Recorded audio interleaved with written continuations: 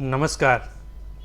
कुंडली में यदि ग्रह शुभ हो, बलवान हो और उच्च के हों तो कुंडली में बहुत अच्छा राजयोग बनता है। प्रायः कुंडली में हम ये सब जानने का प्रयास करते हैं कि हमारे कितने ग्रह उच्च के हैं, कितने ग्रह बलवान हैं। उसके आधार पर हम ये तय करते हैं कि कुंडली में हमें कितने अच्छे शुभ फल मिलेंगे। यदि कोई ग्रह उच्च का है तो यह प्रायः माना जाता है कि जब उसकी महादशा चलेगी तो हमें उस ग्रह से संबंधित बहुत लाभ मिलेगा। लेकिन मित्रों, क्या आप जानते हैं कि कुंडली में नीच के ग्रह भी उच्च के ग्रह से कहीं अधिक ऊंचा राजयोग, कहीं अधिक बलवान राजयोग बना देते हैं। लेकिन ये होता कैसे है, आज हम जानेंगे अपने इसी वीडियो में। नमस्कार, मैं शिवेंद्र मिश्र।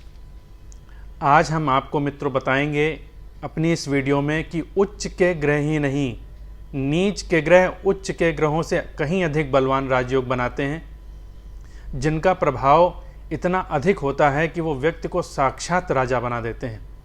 उदाहरण के लिए, वर्तमान में गृह मंत्री अमित शाह जी की कुंडली में 2 ग्रह नीच के हैं, सूर्य और मंगल। तो नीच के ग्रह होने के बावजूद वो भारत सरकार में गृह मंत्री के पद पर हैं, कैबिनेट मंत्री हैं और भारतीय राजनीति की प्रमुख आधार इस समय माने जा रहे हैं, बहुत अधिक महत्व रखते हैं भारतीय राजनीति में। तो देखिए, नीच का ग्रह होने के बाद भी कुंडली में कोई ग्रह उच्च के नहीं है, 2 ग्रह नीच के हैं और नीच के ग्रह होने के बाद भी वो इतने अधिक उच्च पद पर हैं कि प्रधानमंत्री के बाद दूसरा नंबर यदि पावर में, सत्ता में देखा जाए तो अमित शाह जी का ही है। तो ये सब किस प्रकार होता है हम आपको बताएंगे अपने इस वीडियो में। तो अब से अगर आप कुंडली में, अपनी कुंडली में उच्च ग्रहों की ही तलाश कर रहे हैं तो थोड़ा रुकिए और देखिए कि कुंडली में कितने ग्रह नीच के हैं। अगर कुंडली में ग्रह नीच के हैं लेकिन नीच भंग हो रहा है तो निश्चित मान लीजिए कि वह जातक राजा ही होगा, उसके पास धन का कभी भी अभाव नहीं होगा। तो मित्रों, उच्च और नीच ये एक नई शब्दावली है। तो इसको थोड़ा समझने के लिए हम एक चार्ट दे देते हैं, उसको आप देखेंगे तो उससे अगर आप समझने का प्रयास करेंगे तो आपको जल्दी से समझ में आ जाएगा। तो अपने नीच भंग राजयोग पर पहुंचने से पहले हम थोड़ा उच्च और नीच के संबंध में जान लेते हैं कि देखिए, प्रत्येक ग्रह एक निश्चित राशि में नीच का होता है और एक निश्चित राशि में उच्च का होता है। तो यहाँ पे हम राहु केतु की गणना नहीं करते हैं, केवल 7 ग्रहों को ही, यानी सूर्य, चंद्र, मंगल, बुध, गुरु, शुक्र और शनि, इन 7 ग्रहों की ही गणना करते हैं। तो आइए हम क्रम से देख लेते हैं कि कौन कौन से ग्रह किस राशि में नीच के होते हैं और किस राशि में उच्च के होते हैं, क्योंकि आगे इनकी आवश्यकता नियमों को समझने में आपको पड़ेगी। तो मित्रों, सूर्य मेष राशि में उच्च के होते हैं और तुला राशि में नीच के होते हैं। आप चार्ट में देखते रहें और इसको क्रमवार याद कर लें। चंद्रमा वृष राशि में उच्च के होते हैं और वृश्चिक राशि में नीच के होते हैं। मंगल मकर राशि में नीच के होते हैं, मंगल मकर राशि में उच्च के होते हैं, कर्क राशि में नीच के होते हैं। बुध कन्या राशि में उच्च के होते हैं और मीन राशि में नीच के होते हैं। गुरु कर्क राशि में उच्च के होते हैं और मकर राशि में नीच के होते हैं। शुक्र मीन राशि में उच्च के होते हैं और कन्या राशि में नीच के होते हैं। शुक्र मीन राशि में उच्च के होते हैं और कन्या राशि में नीच के होते हैं। शनि तुला राशि में उच्च के होते हैं और मेष राशि में नीच के होते हैं। तो यहाँ ये देखने वाली बात है कि उच्च और नीच के संबंध में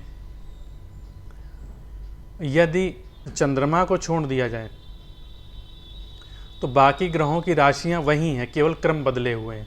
जैसे सूर्य मेष में उच्च के हैं और तुला में नीच के हैं, वहीं शनि जो हैं वो तुला में उच्च के हैं और मेष में नीच के हैं। बुध देखिए कन्या में उच्च के हैं और मीन में नीच के हैं। वहीं शुक्र देखिए उल्टा है, मीन में उच्च के हैं और कन्या में नीच के हैं। मंगल देखिए कर्क में नीच के हैं और मकर में उच्च के हैं। और वहीं गुरु को देख लीजिए कि वो कर्क राशि में उच्च के हैं और मकर राशि में नीच के हैं। तो राशियां वही हैं, केवल क्रम बदले हुए हैं। एक चंद्रमा को छोड़ दिया जाए तो बाकी ग्रहों की राशियां वही हैं, केवल क्रम बदल जाते हैं। तो ये हमने उच्च और नीच राशि देख ली। तो अब हम यहाँ पे आगे देखते हैं कि नीच भंग राजयोग कुंडली में ये किस प्रकार बनता है, जो इतना अधिक बलवान हो जाता है कि उच्च ग्रहों से बनने वाले योगों को भी मात दे देता है। तो देखते हैं शास्त्र क्या कहते हैं इस संबंध में, वो हम देख लेते हैं एक बार। नीच स्थितो जन्मनि योग रहा याद राशिनाथोपि तदुच्चनाथ सचंद्र लग्नात् यदि। तो यहाँ देखिए एक नियम बताए गए हैं, अगर दोनों नियम और शर्तें पूरी होंगी तभी नीच भंग राजयोग बनेगा। तो यहाँ नियम क्या है, दोनों नियमों को हम ध्यान से समझ लेंगे। तो कोई ग्रह यदि नीच का है कुंडली में, तो वो जिस राशि में नीच का है उस राशि का स्वामी, और वो जो नीच ग्रह है उसका उच्चनाथ। अब यहाँ उच्चनाथ क्या होता है समझ लें कि जैसे जो ग्रह जिस राशि में उच्च का होता है उस राशि का स्वामी, उसको हम कहते हैं उच्चनाथ। जैसे मान लीजिए कि मंगल की बात हम कर रहे हैं, तो मंगल यदि कर्क राशि में नीच का होता है तो कर्क राशि के स्वामी हो गए चंद्रमा, ये नीचनाथ हैं। और मंगल मकर राशि में उच्च के होते हैं तो मकर राशि के स्वामी कौन है, शनि हैं, तो वो हो गए उच्चनाथ। तो यहाँ पे देखिए दो नियम क्या बताए गए हैं कि कोई भी ग्रह जिस राशि में नीच का है उस राशि का स्वामी और उसका उच्चनाथ, यदि ये दोनों चंद्र लग्न से केंद्र में हों तो नीच भंग राजयोग बन जाता है। अब जैसे मान लीजिए कि हम सूर्य के संबंध में बात कर लेते हैं। जैसे सूर्य तुला राशि में नीच के होते हैं और मेष राशि में उच्च के होते हैं, तो सूर्य जिस राशि में नीच के हैं उसका स्वामी कौन हुए, शुक्र हुए, तुला राशि के स्वामी शुक्र हो गए। और सूर्य मेष राशि में उच्च के होते हैं तो सूर्य के उच्चनाथ कौन हुए, मेष राशि के स्वामी हो गए मंगल, तो सूर्य के उच्चनाथ हो गए मंगल। तो शुक्र और मंगल ये दोनों यदि चंद्रमा से केंद्र में हो, केंद्र भाव हो गए आपके प्रथम भाव, चतुर्थ भाव, सप्तम भाव और दशम भाव, तो जिस राशि में चंद्रमा बैठे हों उससे प्रथम भाव में, चतुर्थ भाव में, सप्तम भाव में या दशम भाव में शुक्र और मंगल ये दोनों बैठे हों तो नीच भंग राजयोग बन जाएगा। तो एक तो ये नीच भंग राजयोग का एक ये प्रकार हुआ। अब एक दूसरा प्रकार भी है, वैसे तो कई प्रकार हैं लेकिन हम यहाँ केवल दो के संबंध में आज आपको बता रहे हैं। तो दूसरा प्रकार क्या है, यस्मिन् राशौ वर्तते खेचरस्तत् राशिशेन प्रेक्षितश्चेत् स खेटः। तो यहाँ पे ये ग्रंथकार क्या कह रहे हैं, कोई भी ग्रह जिस राशि में नीच का होता है उस राशि का स्वामी यदि पूर्ण दृष्टि से नीच ग्रह को देखे तो नीच भंग राजयोग का निर्माण हो जाता है। तो अब यहाँ पे देखिए सूर्य का ही हम उदाहरण लेते हैं कि जैसे सूर्य तुला राशि में नीच के होते हैं तो तुला राशि के स्वामी हो गए शुक्र, तो यदि शुक्र पूर्ण दृष्टि से सूर्य को देखते हैं तो नीच भंग राजयोग हो जाता है। इसी प्रकार मंगल का संबंध में भी देख लेते हैं कि मंगल कर्क राशि में नीच के होते हैं, तो यदि चंद्रमा पूर्ण दृष्टि से मंगल को देखें, और कर्क राशि के स्वामी चंद्रमा हैं, तो यदि चंद्रमा पूर्ण दृष्टि से मंगल को देखें तो नीच भंग राजयोग का निर्माण हो जाता है।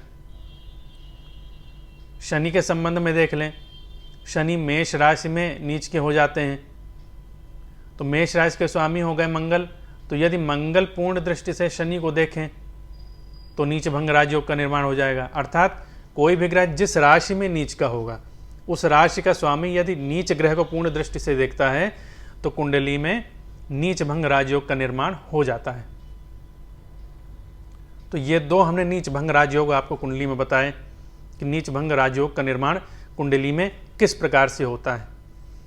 तो लेकिन अब इसका फल क्या है, क्योंकि योग तो बन गया, मान लीजिए नीच भंग भी हो गया, लेकिन जब तक हम फल नहीं जानेंगे तब तक हमारा उत्साह कैसे बनेगा कि हम भंग तो हो गया लेकिन उसका फल क्या होगा। देखिए ग्रंथकार क्या कह रहे हैं, राजा भवेद धार्मिक चक्रवर्ती, अर्थात वो राजा तो होता है लेकिन किस प्रकार का, धार्मिक होता है और चक्रवर्ती राजा होता है। चक्रवर्ती राजा मतलब ये हो गया कि संपूर्ण देश का एक छत्र राजा चक्रवर्ती राजा बना देता है, मतलब बहुत बड़े पद पर पहुंचा देता है। व्यक्ति मिनिस्टर हो जाएगा, मंत्री हो जाएगा। जैसे देखिए अभी हमने उदाहरण दिया था आपको अमित शाह जी का, तो अमित शाह जी क्या है, चक्रवर्ती राजा हैं इस समय। उनकी इच्छा से ही सरकार चल रही है, उनके कहने पे ही सरकार चल रही है, उनकी बताई योजनाओं पे ही सरकारें चल रही हैं। तो वो राजा के समान ही, चक्रवर्ती राजा के समान है। एक छत्र पूरे भारत में उनका ही राज्य है, वो जो चाहें इस समय कर सकते हैं। तो इस प्रकार की पद प्रतिष्ठा, धन, वैभव, यश ये योग दिला देता है कि पूरे विश्व में, पूरे भारत में, पूरे अपने क्षेत्र में जहाँ भी व्यक्ति पैदा होगा अपने क्षेत्र में उसका बहुत नाम होगा, बहुत धन, यश, सम्मान, प्रतिष्ठा सब कुछ उसके पास होगा। साक्षात चक्रवर्ती राजा भी बन सकता है ऐसे व्यक्ति। धन के अभाव तो इनके जीवन में कभी होता ही नहीं है। क्षोणी पालम कीर्तिमंतम विदध्यात् स्वस्थानश्चेत किम पुनः पार्थिवेंद्र, यानी क्षोणी पालम कीर्तिमंतम, बहुत कीर्तिमान होता है। क्षोणी पाल यानी धरती का राजा होता है, और यदि शुभ स्थानों से संबंध बना लिए तो पार्थिवेंद्र यानी संपूर्ण पृथ्वी का राजा हो जाता है। इतना महान राजयोग होता है नीच भंग। तो मित्रों, आज से ही कुंडली में हमेशा उच्च ग्रह की ही तलाश करना बंद करें, और ये देखें कि कुंडली में यदि नीच के ग्रह हैं तो क्या हमें नीच भंग राजयोग प्राप्त हो रहा है कि नहीं, क्योंकि कुंडली में नीच के ग्रह भी बहुत उच्च फल दिखाते हैं। तो मित्रों, आज का वीडियो हमारा यही तक। आशा करते हैं कि हमारा आज का वीडियो, हमारी आज की दी हुई जानकारी आपको पसंद आई होगी।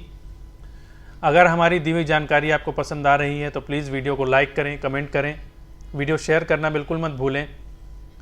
जो हमारे नए मित्र जुड़ रहे हैं वो चैनल सब्सक्राइब कर लें, क्योंकि इसी तरह की बहुत अच्छी अच्छी और विविध क्षेत्रों की जानकारी हम आपको देते रहते हैं। क्योंकि हमारा चैनल में एक उद्देश्य केवल कुंडली ज्ञान देना नहीं है, जो आपके व्यवहारिक जीवन में आपके लिए उपयोगी सिद्ध हो रहा है वो सारी जानकारियाँ ज्योतिष से संबंध में हम आपको देते रहते हैं।